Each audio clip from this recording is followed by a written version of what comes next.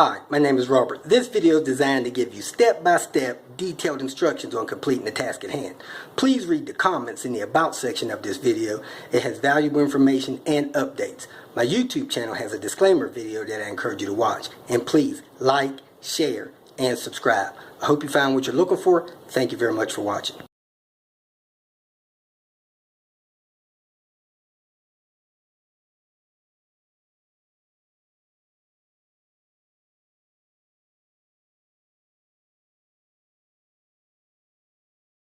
This is part 2 of 3 of the cylinder head rebuild series.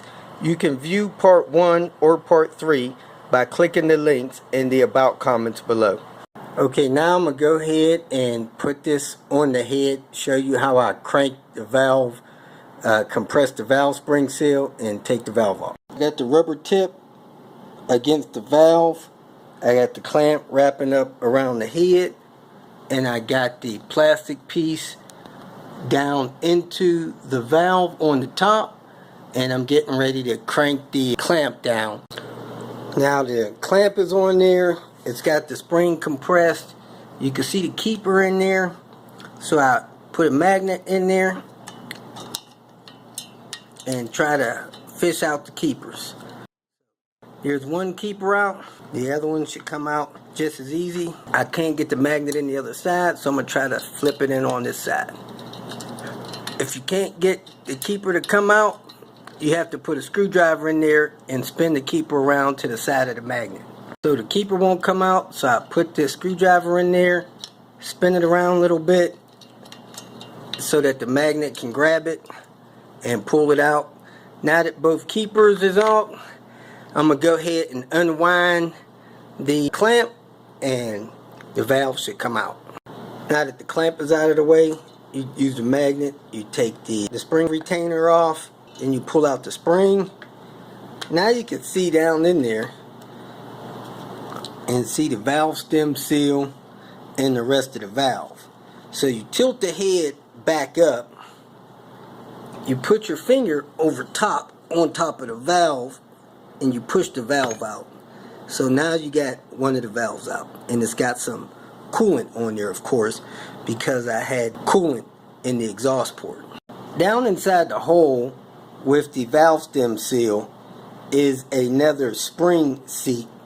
So you can get that spring seat out after you get the valve stem seals out if you think it's necessary. But what you want to do now is get your needle nose pliers on there and get that valve stem seal out. This is a little difficult, but you put the needle nose pliers down there. I usually have to squeeze the end of the valve stem seal so that it's got a flat part on it. Then I can twist it and break it free from the head and wiggle it out side to side. Let me go ahead and finish wiggling that out, and I'll show you what it looks like when I get it the rest of the way out. Okay, after twists and turns and pinches, I finally got that valve stem seal out, so you can feel how hard it is. Also, there's a little spring on the top edges of it, so if you don't have that spring, you need to use the magnet or something to fish it out from down there in the head. And now you can probably get that bottom spring seat out if you want to check that out and or clean it up. Now that's the bare head, that's the lower spring seat, and of course the valve, the top spring seat, and the spring. I don't think it's really necessary to clean that stuff up. I'd wipe it off. So I used the magnet to fish that spring that came off the top of the old valve stem seal, and there it is. The valve stem seal's in there, and I got a special tool to pull that out. Now here's the special pliers for pulling the valve stem seals out. You see it's got some grippers there. I borrowed these from Nordic, but that's that. So you should reach this down, grab the valve stem seal, and pull that out. Let me do that with two hands. I was looking down in there, wiggling it and pulling it, and it finally popped out. Hit myself in the head with the plier handles. But there's your old, worn out, leaking valve stem seal. Cleaning off these valves, man. This carbon is rough on these things. Woo-wee. Got the old valve stem seals out. About to lap the valves and then go in with the new valve stem seals. Compound looks a little wet, so I'm going to stir it up with something to get it all mixed up together. The valves out, you want to look at the valve guides, make sure they're not cracked. It'll be a real rare occasion for them to be cracked, but you don't want to have cracked valve guides. I'm using the styrofoam to keep all my valves and hardware and stuff in order. It's a good idea to keep your valves in order. It'll be easier to lap them. And also, after you get all the valves pulled, it'd be a good idea to check them. Now, I pulled this valve out of a head that had jumped time. Now, I initially thought only 2 of the valves were bent. It turned out that all of the intake valves had made contact and bent. You can see the little brush on the right, shiny on the left. Only half the valve would lap.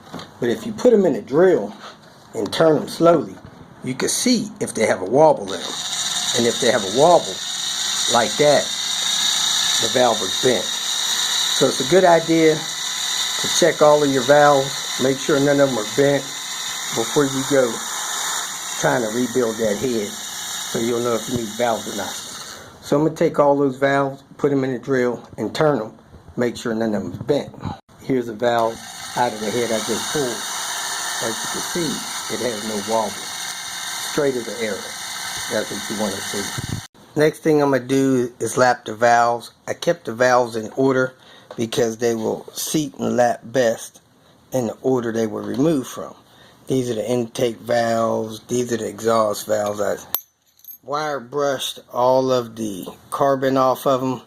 Left a little bit on the tips of the exhaust valves. No problem the way I'm going to lap them.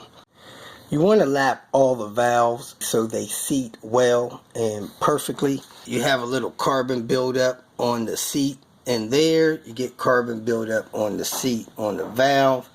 I wire brushed all the carbon off of that. So you take a valve, you put it through the hole that it came out of. So now you got the valve sitting there, and the area that you have to lap is that area there, that flat smooth part. It sits in the head. When the valve is closed, it helps dissipate the heat from the valve into the large cylinder head. Also, it seals air tight so that the compression can be built when the piston comes back up and the valve is closed. Mechanic in Albuquerque doing this. You take a drill, don't matter what kind, you put a bit in there. The bit's big enough to take a vacuum tube. In this case, I'm using some high quality silicone tube. Stretch it over the drill bit. Then you take this and you squeeze it over the end of the valve that's stuck in the head. There's a few tips I want you to know that you need to keep in mind when you're lapping valves. One, if you have a water-based lapping valve grinding compound like I use, this Permatex, the number on it is 765-2657. Keep this stuff mixed up good. Every 3 or 4 valves, stop, take a second, mix it up. You want your lapping valve compound mixed up if it's water-based like mine. If it's a paste, not as bad. 2, you want to keep 2 rags to clean up the valves. You use your one that'll be, I will call it your dirty rag. Get most of the lapping compound off after you lap a valve. And then you got a cleaner rag that you use to fine tune, clean the valve and the valve seat in the head. Use a alcohol, this is rubbing alcohol for cleaning, or better yet, use acetone. I use acetone a lot. You want to get all that valve lapping compound off of the cylinder head, off the valves. That stuff is a grinding compound. You don't want that getting down in the cylinders. 3, do not spin your drill too fast. You don't want to heat up the valve or do anything like that. Nice slow. 4, if you use a silicone tube like I have, don't make it too long. If it's too long, it'll buckle and twist and wrap up. If that happens, shorten it a little bit. A lot of times I use vacuum line or some kind of small size fuel or other rubber tube, little stiffer. I've actually even used a 1/4 inch diameter plastic plumbing tube on here as well. Last but not least, have a nice bright light so that you can check the surface of the valve. This is the next one I'm going to do. When you pull these valves out, you want to look at the surfaces real good. See if there's any pitting on them. If you see large pits on the valve, you may want to get another valve, because that thing needs to be ground down flat and smooth. You don't want big pits in your valves. That's just not going to work for getting them ground down and sealed. And you want a good bright light so you can check for light after you grind the valve down. The intake valves take about 3 minutes. The exhaust valves take 4 or 5, because I double the time on the exhaust valves. The exhaust valves are the one that normally burn. If you get a cylinder head that lasts, on the car longer than 250,000, you're on borrowed time. I would definitely pull the cylinder head, rebuild it before it gets to 350,000. I got 362 out of mine on the Panther.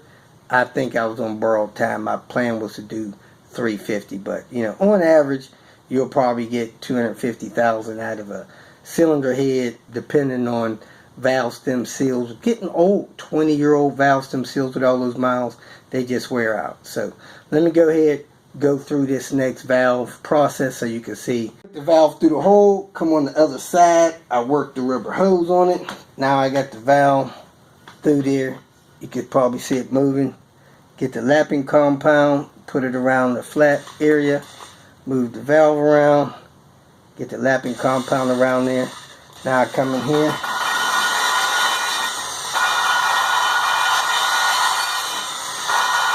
put smooth pressure on the center of the valve.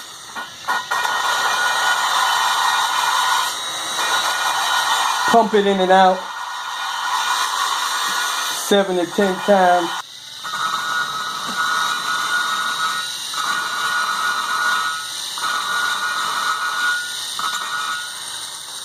And I'm lapping the valve.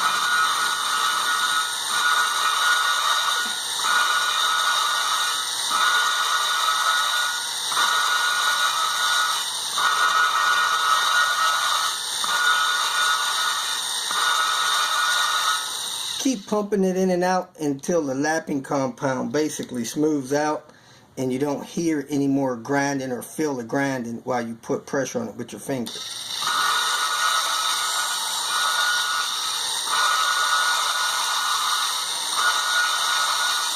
When you hear it smooth out, let pressure off of it and then push it back in. I do that about 5 times until it's like a really smooth sound. Then I push the valve out like that, wipe it off, and see if the surface appears to be the same all the way around.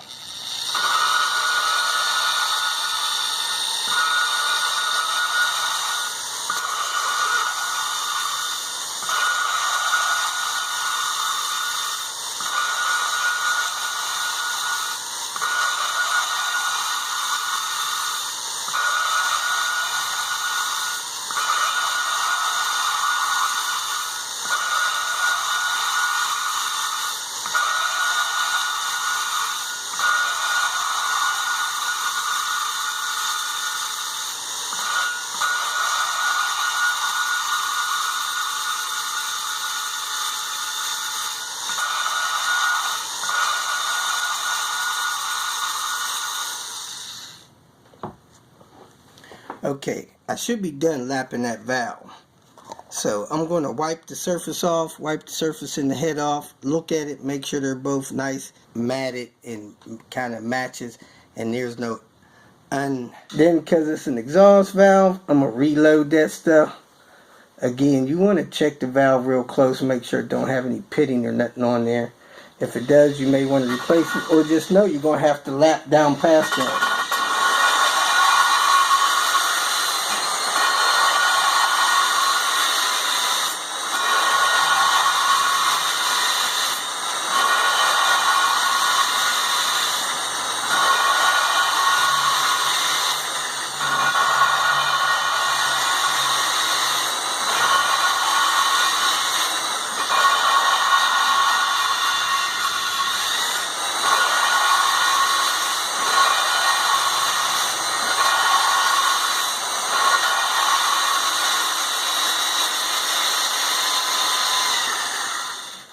with pressure on the valve, I pulled it out of the head. Pull the valve out. Wipe it real good with the dirty rag. Like I said, you want all the valve compound off of there. Look at it real close under the light. Make sure it looks nice and matte finish from the grinding compound. Wipe the compound out of the valve seat in the head.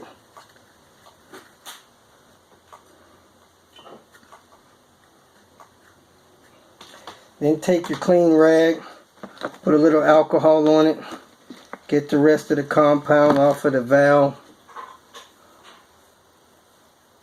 See, I still have some compound on there. You might be able to see that rag is dirty. Do the same to the seat here. Wipe it with the alcohol or acetone, whichever you're using.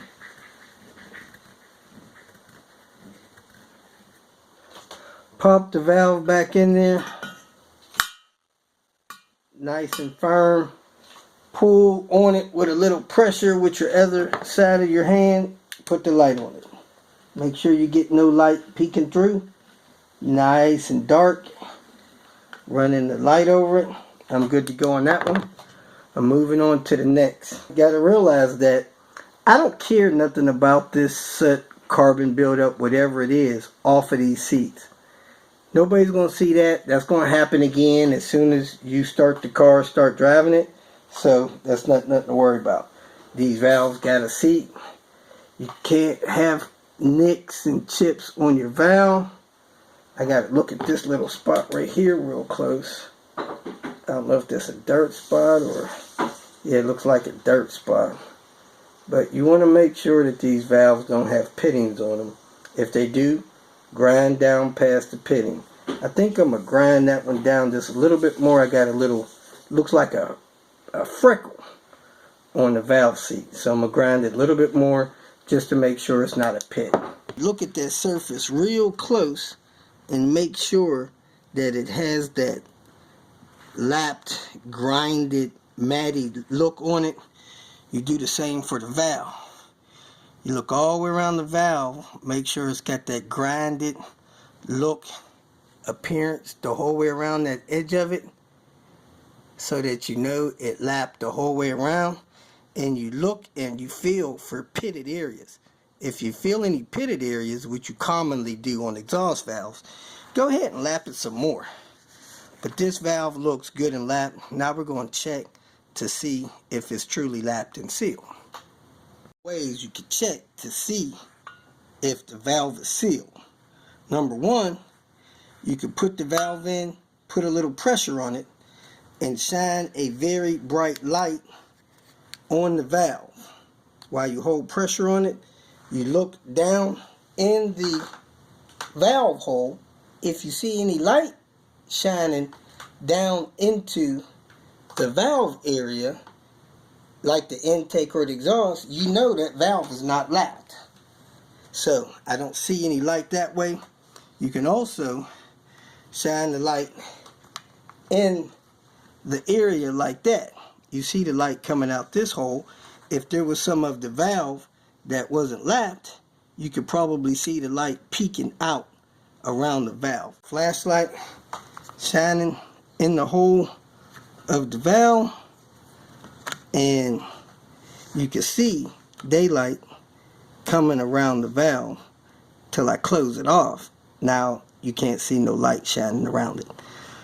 So what you want to do is go keep the valves in order, lap all 20 valves, make sure they seat. You can make sure your valves are seated properly is to install the valves, set the head on its side, and pour coolant into the intake ports and see if coolant leaks out from around the valve into the cylinder area. If that happens, you know you need to pull that valve, relap it. You really want to check that before you install the valves. But hey, the proper way to do it, the way a mechanic will do it, or a machine shop, they will take a valve and have them all installed, and they put a vacuum pump on the side sealing off the intake port, and it should pull like 20 inches of mercury, they call it. You check each and every one of them, all 5 cylinders, intake and exhaust, to make sure that you have good valves seated and they seal properly. That way they won't burn. You have good combustion. You should have a nice, good, strong running engine. So I got about 80% of the seat area lapped. If you can get the whole seat area part lapped, that's perfect. But about 80% is probably good. Probably what it was doing before I pulled them. Lapped this 5th valve. I ran my light across it, and even with pressure on it, I can see little flickers of light in there. If you see that little flicker of light, that valve needs to be lapped some more. So I'm going to put some more compound on it, give it another round. 1 round wasn't enough. I'm all done lapping all 20 valves, shining the light on this side, making sure I didn't see no light inside the hole.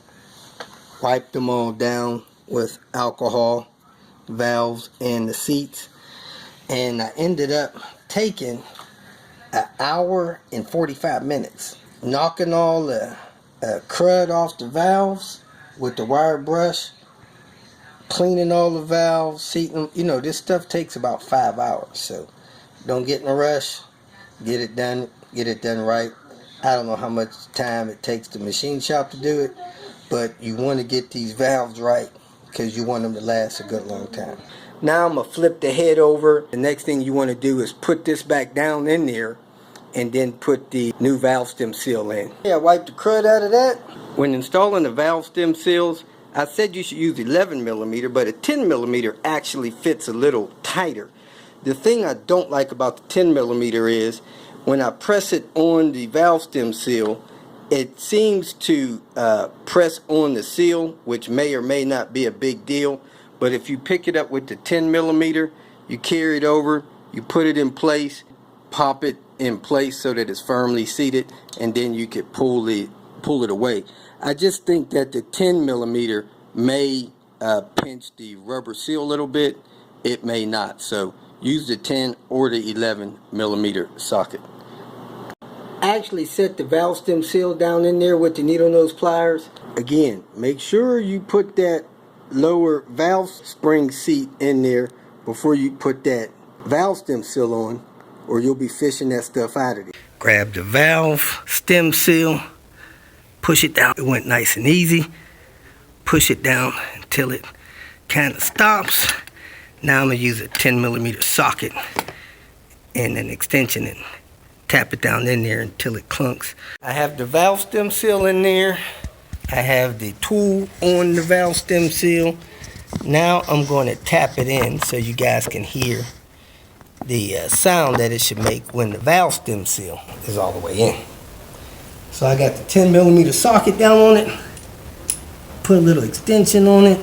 Press it down as hard as I could. Now I'm going to tap. And when the sound changes, you know it's all the way on.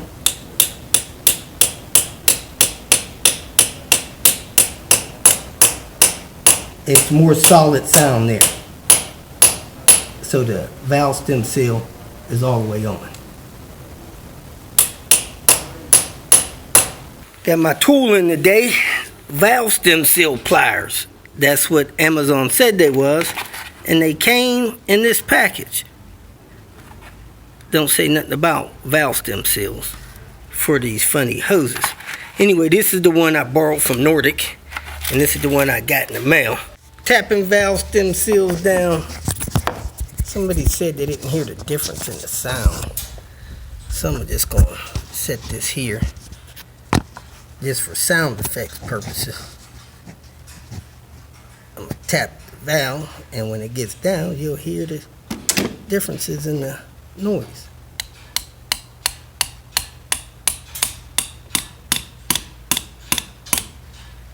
Hope you heard that.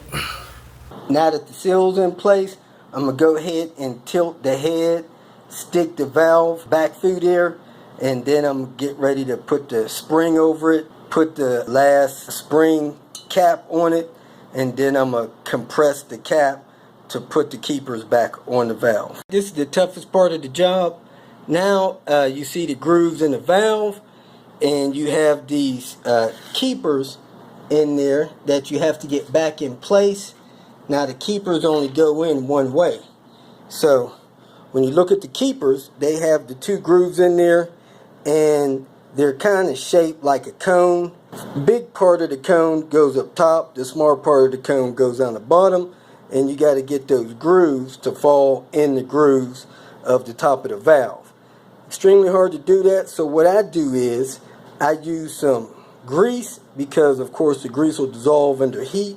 You can magnetize the tip of your screwdriver and put a little grease on there, so hopefully the screwdriver will hold the keeper while you pick it up and put it in place. So I have the tip of the screwdriver sitting on the magnet while I'm lapping the valve, and that usually magnetizes the screwdriver. So when I try to pick up a keeper with it, it'll have some magnetism to it, and as you can see, it picks up a keeper, but it's hard to get those keepers to stay in place, so I smear a little grease on the teeth of the keeper. So you smear a little grease in the teeth of the keepers. Now I'm going to put that magnetic screwdriver on there, lower it in place, stick it on the valve, try to pivot it around so that I can get the next one in place, and then I'm going to release the tension on the clamp. So I got the screwdriver to the side of the keeper. Do whatever you can so that your screwdriver or whatever you use can hold that keeper and put it in place. I actually put a little grease on the screwdriver as well. Now I'm going to drop it in through the hole and lock it on the valve where it needs to be. I got one in place. Now I'm going to bend it around the valve so that I could hopefully have enough space to put the next one on. I got that one where I want it to be. Now let me grab the next one. I put a little grease on my screwdriver, lowered the second one in place. Now you see both of them down in there. Now I'm going to unwind the clamp to make sure that that valve stays in place and the keepers lock in place, and then we'll go from there. The valve's in place, the keepers are in place. There's a little bit of grease and a little bit of plastic there, so I'm going to stick a rag down there and try to wipe that up. Move on to the next one and do this 20 times. After you get the last valve done, you want to go over the head and wipe out any of the PVC remnants, little pieces of white PVC piping, and then you can wipe off the grease off of the top of the valve keepers if you want, and then we're going to get ready to leak check it. Next thing you want to do is take the back of a screwdriver or something and tap on each valve 2 or 3 times to kind of assist the seating process. So just go across and tap on each one 2 or 3 times. Now you want to go ahead and pour the coolant in the intake or exhaust ports again, and then come down here and look for leaks. Make sure none of the valves are leaking, and if they are, you want to reseat them. So I don't see any leaking in none of them. Flip it over and do the intake the same way. Just make sure you don't have any leaks in any of the valves. So if you run into a valve that's leaking, go ahead and pull it back out. Make sure you got the seats cleaned up. Maybe lap it again, put it back in, double check it for leaks. If you feel that this information was useful, please like it and share it with your social media friends. You can subscribe to my channel so that you will get notifications of future videos that I post. You can follow me on Twitter, and if you need to contact me directly, please visit my website.